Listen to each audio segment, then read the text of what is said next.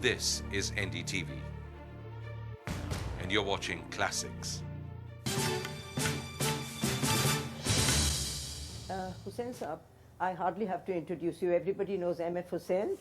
And I think we will start with your film, which is most topical. It's just had its premiere. And I noticed at the very elite showing in Asiad that there was no murmur throughout the film. There was some faint laughter by one or two people at one point. There was something very funny. It's full of wit and humor, as you know. And then at the end, dead silence.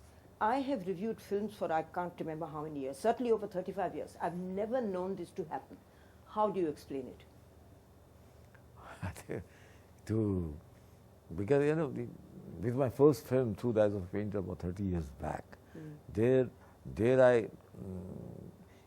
I just, because, you know, I love this medium, cinema, but I don't want to, I just wanted to create something in a new language of cinema. And right from the very beginning, I'm a keen student of cinema. So there I thought, unless you give a shock, which is the cultural shock, to these people who got used to the cinema, to seeing this film, which are churning out, you know, day and night. But unless you give a jolt, you have to shake them up. It doesn't matter if they don't understand. At least they'll sit up and question.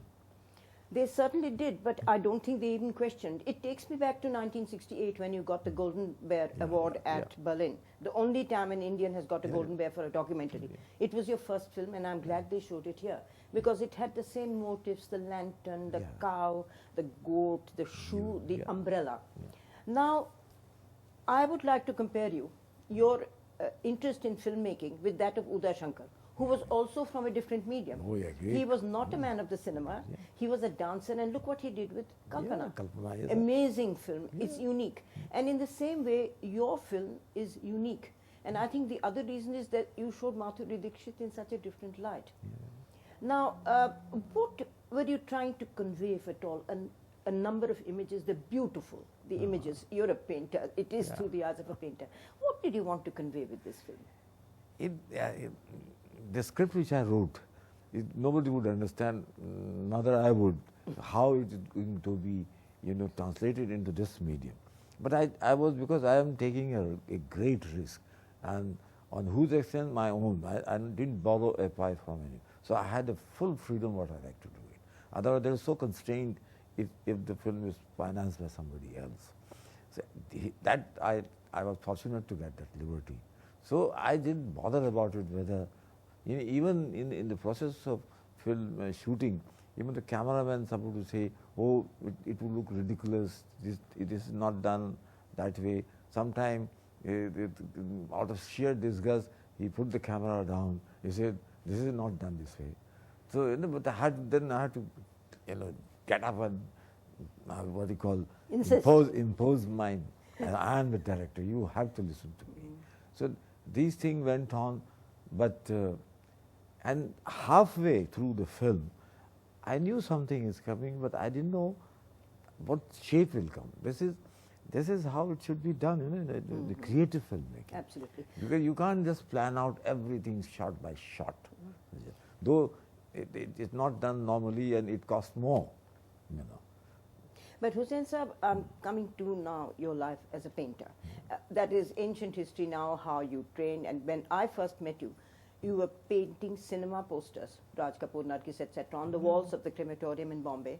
Then you were also doing toys, you know, to make a little money for your family, Humpty Dumpty, Red Riding Hood.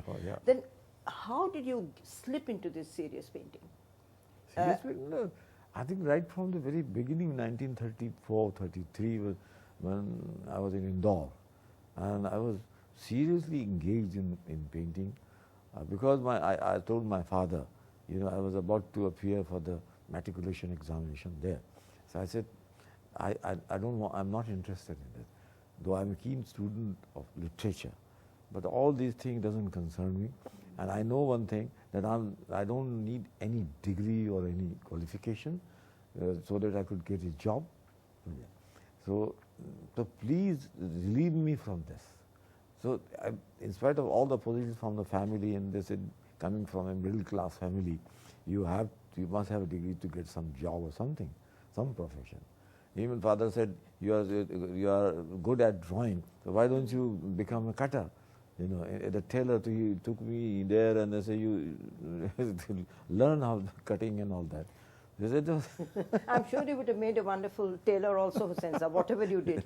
Now, I'm going to ask you about two other things. First is your deep knowledge of Hindu mythology, which comes out in your film, and then how you got to know the Western mind. First, please tell us, how do you know all that about the Ramayana and the Mahabharata, which occurs again and again in your film? That's because though I was born in Pandharpur, the entire my family, they never knew Marathi, Urdu. My father was only, he knew Kannada and Marathi, and he studied English. So the entire background was of that, you know, the Vithoba, that culture we were born.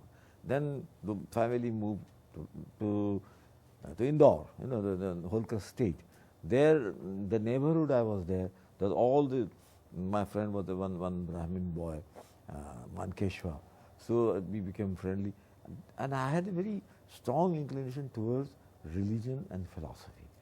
So, but spirituality in that sense, you know. So that's my passion. So I studied that. I read books, then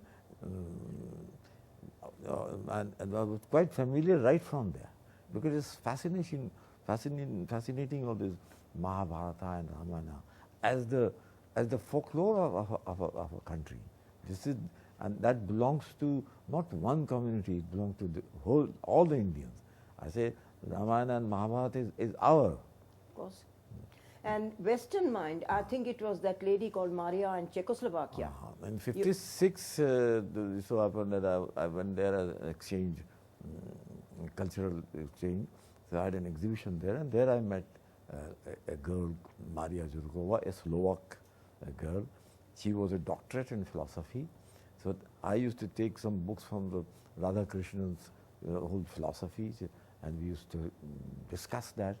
So that was, and through her, because she was a kid student of music, and the famous Prague Spring, where one of the finest concerts are held there every year. So I used to go there for 6-7 years. Every summer I used to be there, because that is the city which is the cultural seat of the whole of Europe earlier. Absolutely. And that's how, and through her, by talking to her, and we became very intimately very friends, because she was interested in the Hindu philosophy, and I wanted to know the Western mind.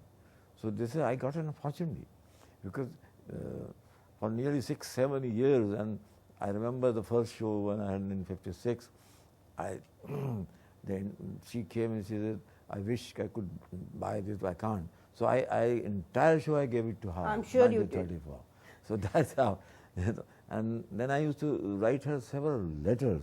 So one of the lines which I wrote, I still remember, I said, when I begin to paint, hold the sky in your hands, as the stretch of my canvas is unknown to me. Lovely. Now I had to change the stretch of, instead of canvas, the length of the rolling, the film has no bounds.